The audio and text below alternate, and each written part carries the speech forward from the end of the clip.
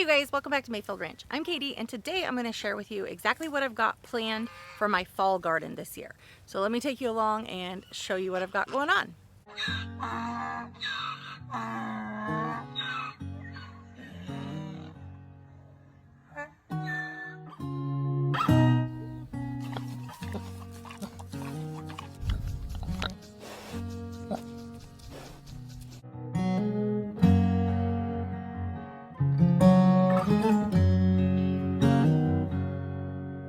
So throughout this video, I'm going to share all my tips and tricks with you about fall garden planning.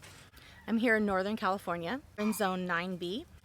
So I wanted to give you a resource so you know exactly what to plant for your fall garden. More importantly, precisely when to plant those out in your garden so that you can get a productive harvest. So I'm doing this video as a part of a collaboration with several other channels. So I'm going to leave a link in the description box below to the playlist for all those videos.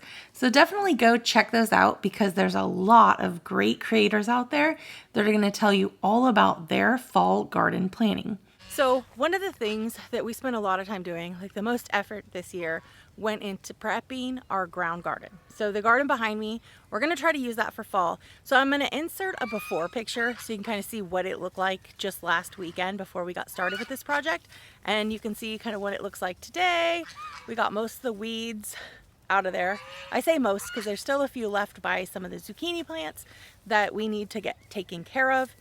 But we decided get rid of everything in the ground garden that we needed to so that we've got a spot to plant for fall. So that's the biggest thing that we've done to prep for our fall garden.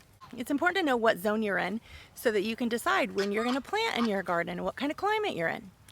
What's really critical to understand though is when your first frost date is expected when you're thinking about a fall garden. It's important because some of the plants we have out in our garden, either for summer or late summer, early fall, are going to be impacted by a frost. So we want to be sure that we're getting the harvest from those vegetables before we have danger of the first frost. So of course, it's critical that you look that up. I'm going to leave a link in the description box below for a resource that makes it super simple for you to figure out when your average first frost date is. Now, of course, this applies to your spring garden too. You want to know when the last frost is for your spring garden. So your fall garden is really no different. You're just looking for your first frost. So if you haven't already determined when your first frost date is, go ahead and check out the link that I'm going to leave in the description box below so that you can determine that, because that's going to be critical for planting your garden. Now, if you are in Zone 9B like me, then you can follow what I have listed precisely to the date, and that should get you a productive harvest. Of course, you might have other vegetables that you want to plant out in your garden, or perhaps a different variety, or you might even have different goals. Like you may want to harvest your vegetables at different times. For instance, we have an experiment going on. I planted some delicata squash right up until the last minute where I think we can get a harvest before that first frost. The reason I did that is because delicata squash doesn't last quite as long as some of the other winter squashes, and we want to have delicata squash as long as possible.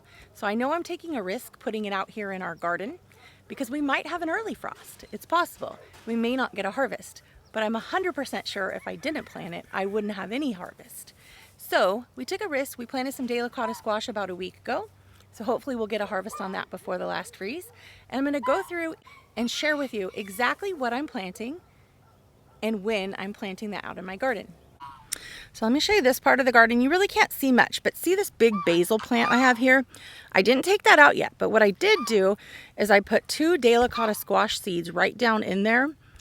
And this garden bed is a raised bed. It gets watered. I didn't pull the basil out yet because I want this basil to kind of act as shade for the next week or two while those delicata seeds sprout. And then I'm going to pull this basil out so that they have room to grow and kind of take over this garden bed. But I want that basil there for now just to give me a little bit of shade. And we've got just about 100 days left, maybe 98 days before our first expected frost. These delicata squash take 80 to 100 days to produce. So we are cutting it close. Here, let me show you this. So this is a little zucchini plant that we recently just put in. So it's still very, very small. You can see some of the bush beans are kind of around it. So it's very small. It's just starting to grow. I expect this to be producing pretty well for us kind of mid-season, so late summer before we're well into fall. So I've got a couple more basil plants here that I haven't taken out yet, but it's all just bolted. It's gone to seed.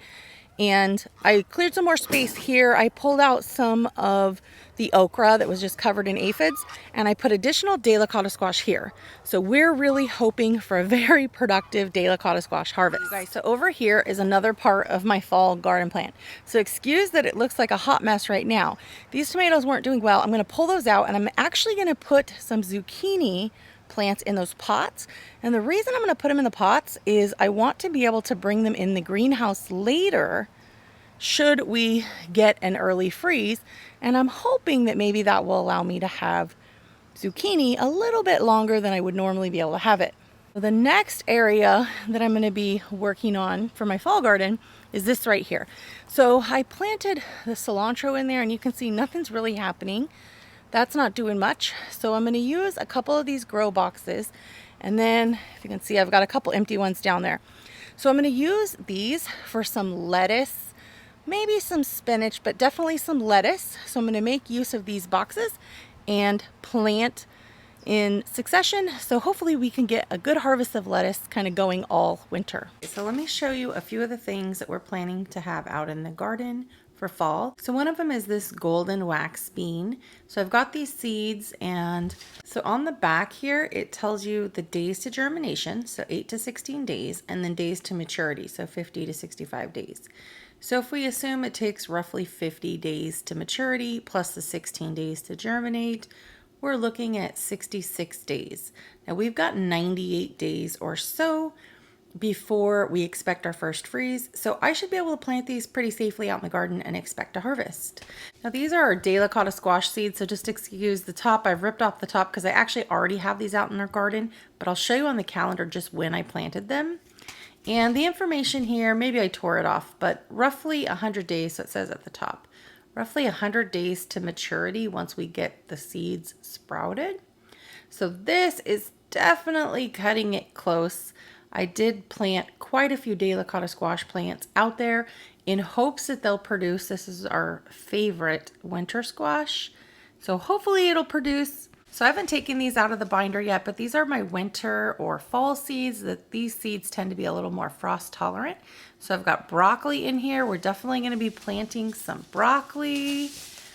We'll flip through. We've got cauliflower here. I'm going to get some cauliflower planted. I absolutely want to make sure that I'm planting cabbage. So we've got some cabbage, cowpeas. I've got some bok choy and pak choy. I have a couple different varieties of turnips that I'm going to get started in our fall garden. Some other things I'm going to get planted. I definitely want to try some beets out in our garden. We've got some radishes that we're going to put out there. So a couple different types of radishes.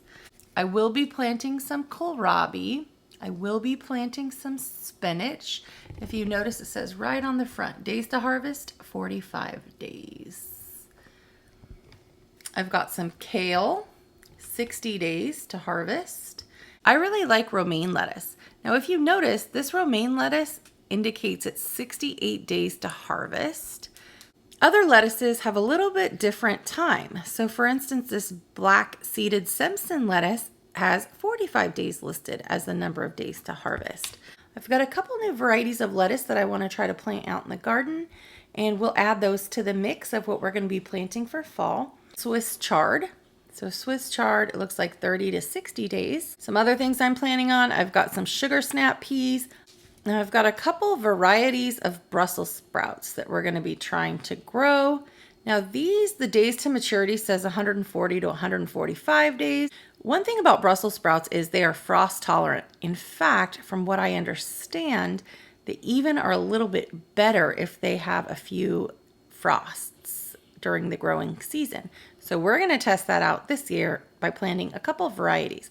So I've got this one here, the Red Darling Hybrid. And then I also have this variety, Sylvia Hybrid.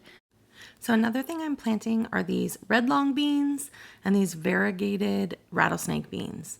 I haven't been able to find seeds, so what I did was go to the farmer's market. I saw the long red beans, I purchased them, and I opened them up and I saved seeds. I don't know if they're going to produce, but we are going to give it a try. I will be planting just a few of these runner bean, these black coat runner beans. I'm just going to show you how I plan out the garden. So I literally just print out a calendar by month. Let me show you where you can actually get this. Printacalendar.com. So it is super simple. I just go online, I grab a template so I can print out a calendar. I print this out for several months so I can plan out my garden. And I'm just looking for some pretty specific dates. So let me show you one of the specific dates we all want to know. Okay, this is November, and here's when we have some frost risk. So November 22nd is what's listed as our very likely first frost date. So this is based on historical averages, and this is what's expected to be our likely first frost date. Any point past November 22nd is likely to be some frost risk. So I'm making a note of that on my calendar. So if we understand that the 22nd is likely we're going to have a first frost, then I want to count back. And in this case, I have to go all the way back to August and plant my delicata squash. So I planted delicata squash seeds on the 14th. I'm pushing it really, really close to that frost date, and I'm actually betting that we have a late frost. Now, if I'm right and we have a late frost, I'll be good. I should be able to get quite a few delicata squash off of the plants that I planted. Now, ideally, I would have planted this a week or two sooner, but we just didn't have the garden ready that had the space to grow this delicata squash. So we planted it when I was able to do it. See, on the 20th, I have plans to plant more zucchini. I want to start some broccoli, beets, radishes, bok choy, and some lettuce. Now, it is still around 105 degrees here in the Sacramento area.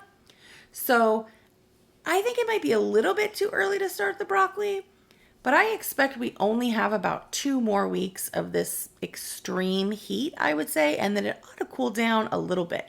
And I want to be sure that my plants are going to sprout. So I'm just going to try it. And if it doesn't work out, I have plenty of more opportunities to plant more broccoli. So let me show you what the other months look like. For September, I've got a plan on the 2nd to plant broccoli, cauliflower, turnips, cabbage, lettuce, and spinach. Now you might notice that there's kind of a trend here. I'm planting the same things on a couple different days because I want to have a little bit of succession planting.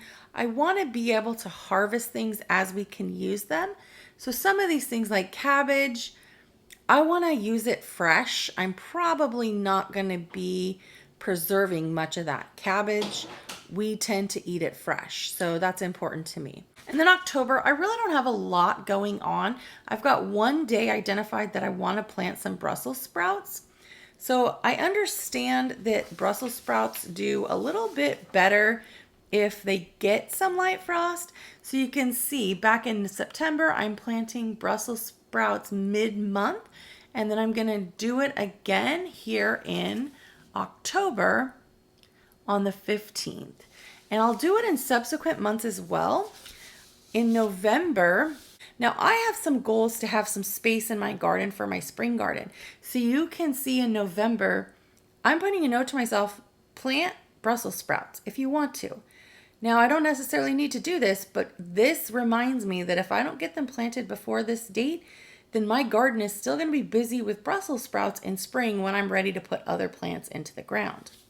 And then I've got a harvest note here that I need to harvest my frost sensitive crops right before I'm expecting frost risk. Now, of course, before this date, as I mentioned earlier, I'm going to be checking the nighttime temperatures starting early November, and I'm going to be indicating where there's some risk of frost. Now, if it's early, I'm probably going to make every effort I can to try to protect these plants from frost. I might cover them. I might try to take some measures to prevent that frost from killing the plants. But if it's going to be a heavy freeze, then there might not be enough that I'm going to do to prevent it. And in that case, I want to get everything harvested that could be damaged by a frost. Thanks you guys so much for watching. I really do appreciate it. If you enjoyed this video, please be sure to hit that like button. And if you'd like to follow along on my fall garden and see how it's performing, be sure to subscribe and hit that notification bell so you're alerted when I release a new video. To the right, I'm going to leave that playlist so you can see all the other channels that participated in this collaboration and watch their videos too. So please go do that next and show them some support. Thanks guys, see you next time.